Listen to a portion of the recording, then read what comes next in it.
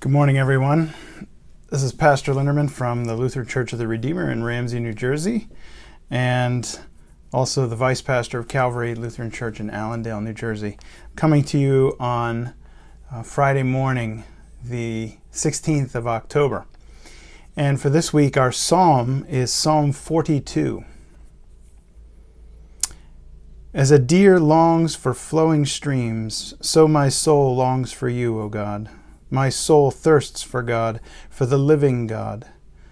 When shall I come and behold the face of God?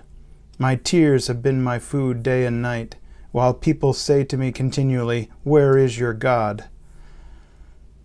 My soul is cast down within me. Therefore I remember you from the land of Jordan and of Hermon, from Mount Mizar.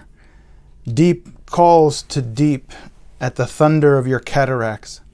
All your waves and your billows have gone over me.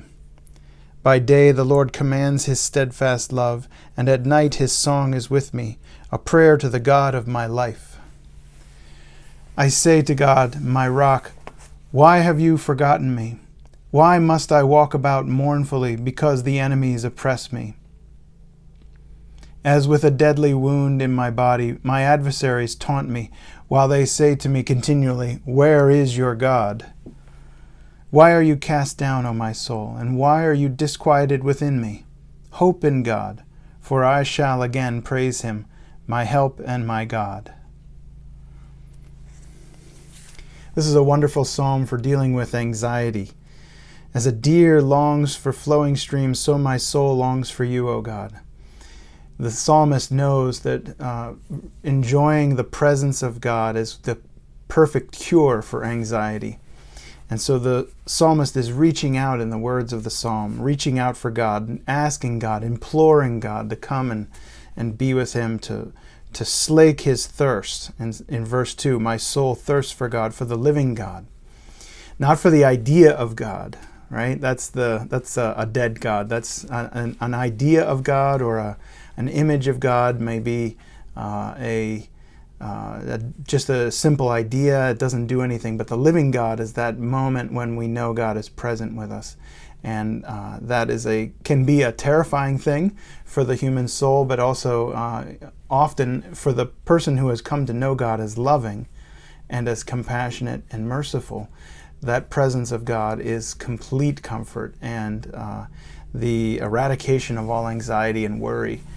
And so the psalmist is reaching out for that God, for the living God who is with me, right? My tears have been my food day and night, while people say to me continually, "Where is your God?" This reminds us of the prophet Job in the Old Testament, whose friends challenge him on his faith in God. And here the people around the psalm writer are challenging him. Where is your God? You claim to have faith in him, and you claim to put all your faith in God. But where is he now? Look at you. And this can be a feeling we have, or maybe even an experience we have with our friends or our enemies, for sure. People who might despise our faith, especially in times of traumatic change in the world and in times of stress and trouble. People might say, "Where is your God?" In times of great calamity, disaster, or in times of great evil, such as war. Where is God in those times? And so the psalmist is admitting that these are the questions that are being asked of him as someone who claims to be a follower of God, a believer. I skipped verses 4 and 5 here to just make it a little shorter. Verse 6 picks up again with, my soul is cast down within me. And therefore, the psalmist says, therefore I remember you from the land of Jordan and of Hermon, from Mount Mizar. The psalmist is doing a little mental trick here. The psalmist is saying, I feel bad, my soul is cast down, and I don't feel God's presence right now. So I will do a mental exercise. I will remember God.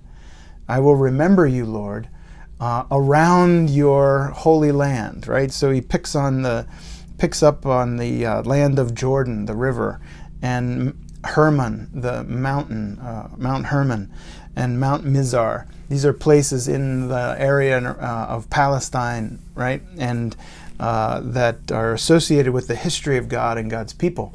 And so this is an act of memory that is going to, in this moment of anxiety, is going to bolster the feelings of the psalm writer and hopefully improve his feelings, right? Then in verse 7, deep calls to deep. This is such a powerful image. At the thunder of your cataracts, all your waves and your billows have gone over me. So the psalmist is admitting that in this moment where he feels abandoned by God, and thus his anxiety is so heightened, that his own heart and soul is like the empty vault of heaven, and that empty vault is like an echo chamber where his lone voice is asking, God, where are you? Where are you? Where are you? Where are you? And the echo effect is like the thunder in the heavens, echoing from the one extreme of heaven to the other extreme of the skies, of the atmosphere, where, and is suggesting God isn't in there. God isn't in that space. God has abandoned that space. So where is God? But he asserts in verse 8, by day the Lord commands his steadfast love, and at night his song is with me, a prayer to the God of my life.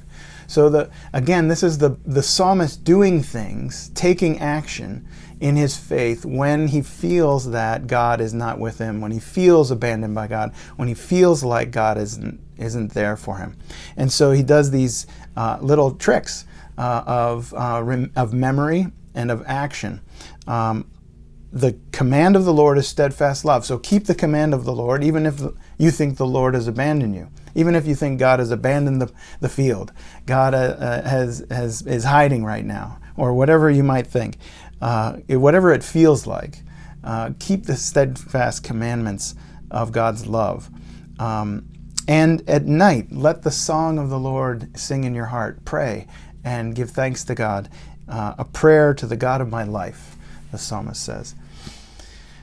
These are the activities that we can do as people of faith when we don't feel that God is with us. So instead of just sulking with our lack of faith and with the feeling that we've been abandoned by God, instead in those moments of those feelings, turn the tables on them and act in a certain direction. Move toward prayer, move toward praise, move toward singing God's glory. Again, verses 9 and 10 repeat this feeling of abandonment by the psalmist, and the adversaries of the psalmist are taunting him. Where is your God? It's a repeat of verse 3. And then in the end, verse 11, why are you cast down, O my soul? And why are you disquieted within me? Hope in God, for I shall again praise him, and my help and my God. So the psalmist's final action here in the psalmist to reach out in hope.